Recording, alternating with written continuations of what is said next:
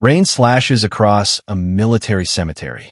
A young Marine in a wheelchair stares at legs that no longer move. His medals gleam, but his eyes are hollow. Then, a tiny German Shepherd pup steps into his lap. What happens next defies medicine and reignites a soul. Sergeant Daniel Hayes wasn't just a Marine. He was the kind of man others followed without question. In the field, he moved with precision, courage, and a calm that steadied even the greenest recruits. He carried the weight of his brothers in arms like it was his duty, and it was. But one afternoon overseas changed everything. A roadside bomb detonated with brutal finality. In that split second, Daniel lost more than his ability to walk. He lost his platoon, his purpose, and a version of himself that believed he could protect everyone. Now home, he barely speaks. He sits for hours, motionless, uniform pressed but spirit frayed. Nightmares haunt him, echoes of screams he couldn't silence, faces he couldn't save. Therapy feels like shouting into a void. Pills dull his body but sharpen his guilt.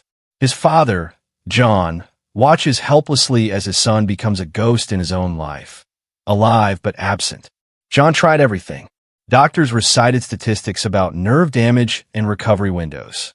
Therapists mapped out plans filled with goals Daniel never reached. Friends visited, bringing food and awkward silence, until they stopped coming altogether. Meals sat untouched. Sunlight passed through the windows like it didn't belong.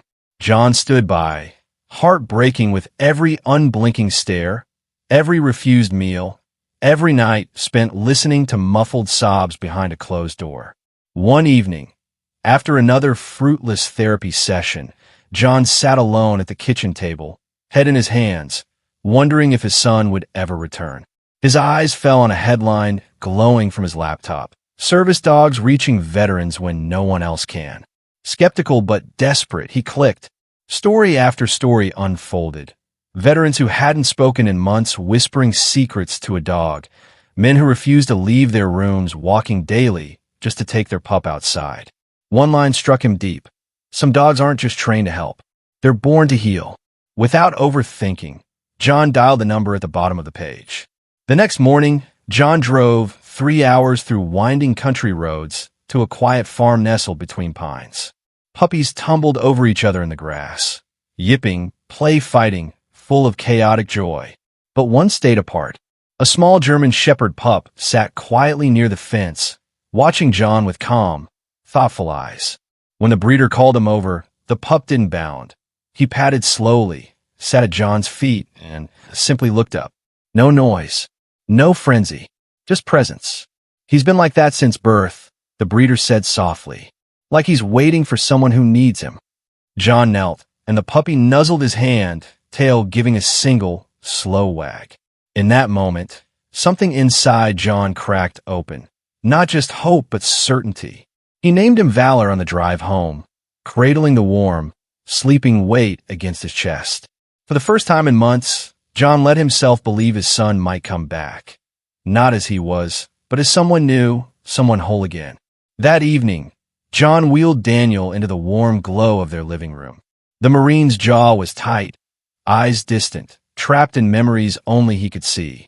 "Danny," John said gently, voice barely above a whisper, "there's someone I want you to meet." Daniel didn't respond, didn't even blink. John knelt and carefully placed the tiny pup in his son's lap. For a long moment, nothing happened.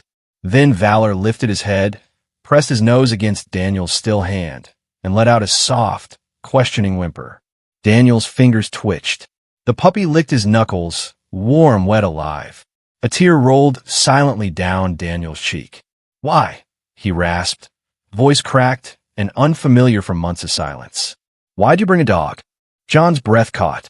His son was speaking, really speaking. "He's not just a dog," he whispered, eyes glistening. "He's here for you, to help you heal." Valor curled into Daniel's chest, heartbeat steady against his ribs, radiating a quiet warmth no medicine had ever provided. And for the first time since the explosion, Daniel felt something warm crack through the darkness inside him. Days turned into weeks, and Valor never left Daniel's side. If Daniel wheeled into the kitchen, Valor trotted beside him.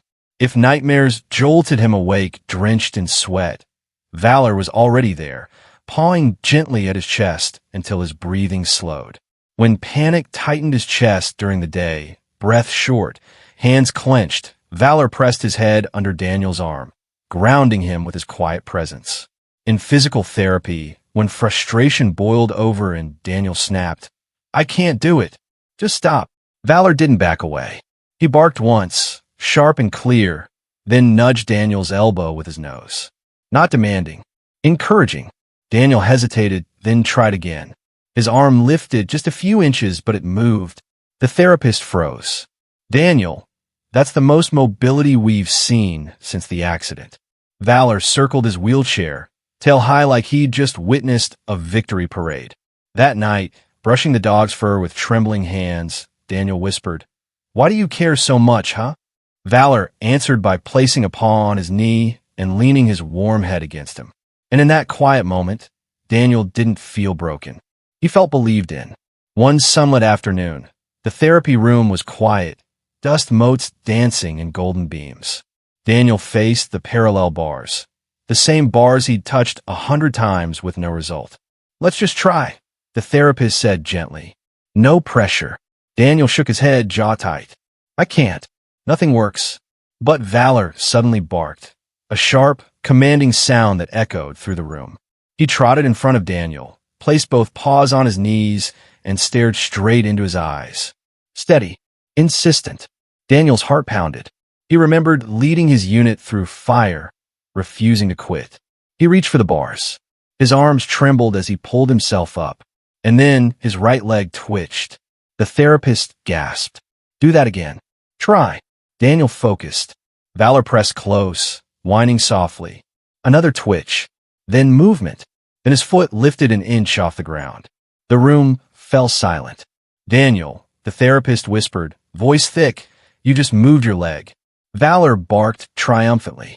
Hope, fragile but real, flickered to life in Daniel's chest. Rehabilitation became a different world with Valor beside him. What once felt like endless torture now felt like a mission, one the Marine finally believed he could win.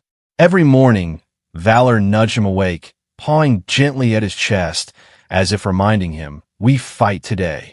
And Daniel fought, through pain, fear, and doubt. Then came the moment no one expected. During a routine evaluation, the therapist asked Daniel to try standing without the bars. Daniel hesitated, gripping his wheelchair tightly. "I don't know if I can," he whispered. Valor stepped forward, pressing his head under Daniel's hand, a silent promise. Daniel took a breath and pushed. His legs shook violently, his arms trembled, and then he stood. The therapist gasped. John, watching from the doorway, covered his mouth as tears spilled over. Valor barked once, proud and fierce. Step by step, Daniel began moving across the room, slow, unsteady but walking. Doctors rushed in, stunned. "This is beyond medical explanation," one admitted. But Daniel knew the truth. He knelt down painfully, shakily, wrapped his arms around Valor, and whispered through tears, "You saved me. Not just my body, my life." Today, Daniel walks beside Valor, not just healed, but whole. The Marine who thought he'd lost everything found a reason to fight again, in the eyes of a dog who never gave up on him. They visit the cemetery now, not in rain and silence, but in sunlight and quiet peace. Daniel places a hand on the gravestones of his brothers, then looks down at Valor, waiting patiently at his side. He's no longer just surviving.